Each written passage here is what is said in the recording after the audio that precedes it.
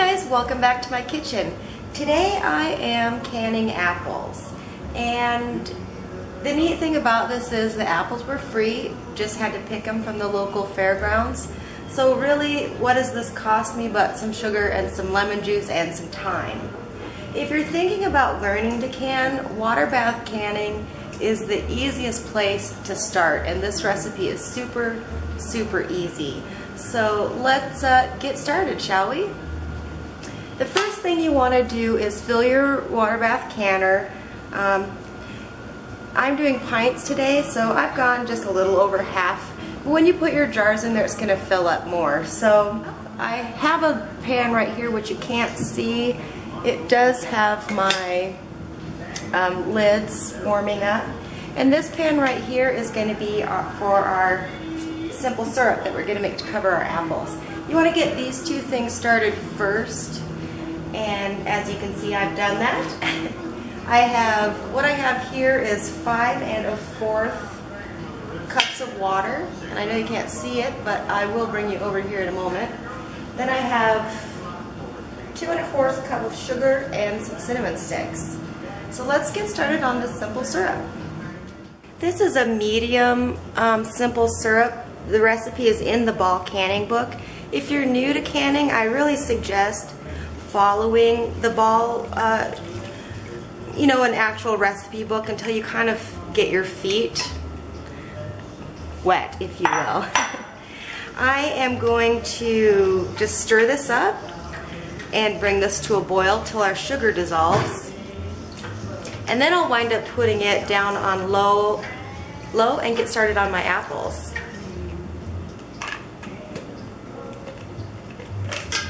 One cinnamon stick hits the pot. While I'm waiting for my simple sugar to come to its boil, I'm going to go ahead and get started on my apples. This is 8 cups of water and 1/2 cup of just lemon juice.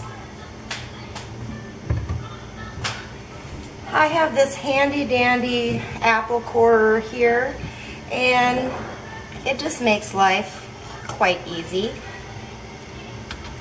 You can get yourself one for about $20 at, let me get it stuck down here, $20 or so at Ace Hardware. It's quite a slick contraption. Now this apple has a couple of issues, so we are going to cut those out. But I can tell you that these apples, they are just really good. And Mother Nature at best. I'm just going to get rid of any bad pieces. This lemon juice mixture will help your apples from browning. You're still going to have some browning, so don't be too worried about it.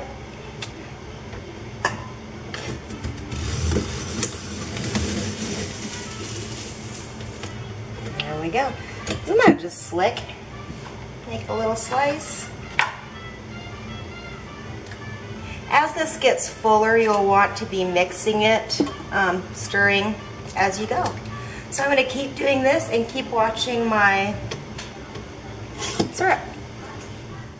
So here's our sugar boiling, and I'm just going to turn this all the way down to low until I have all of my apples peeled and ready to go.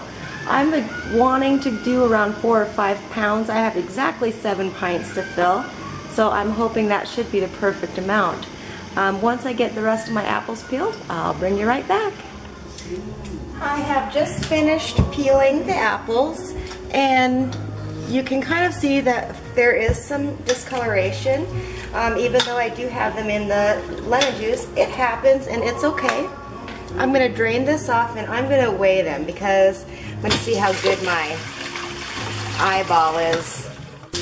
This old scale, I always like to just double check it. And it's always pretty much true, but you never know. I know my bowl here weighs 1 pound. So let's see how close we got to our... Well, 3 pounds. That means I'm probably going to get about 5 pints. So it goes.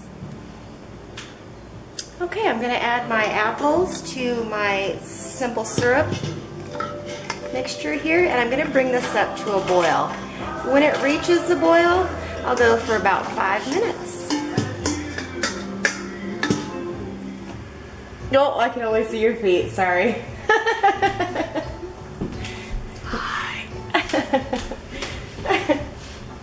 He has been tasting the apples. Yeah. Okay, so my apples came to a boil. I'm going to start filling my pint jars. I've had them in the dishwasher here, nice and warm, with a funnel and a plastic stick.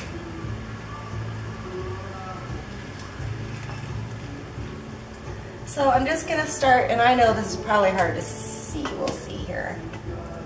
Start filling these, and you want to get a pretty good pack on them. I have a feeling I'm only going to get 4, maybe 5 jars.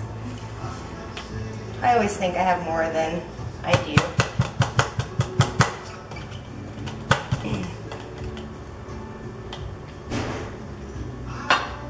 We do want to leave a 1/2 inch headspace, which is that line. That looks pretty good to me. That line, if I didn't say, if I didn't point that out close enough. Now I'm going to ladle the juice out.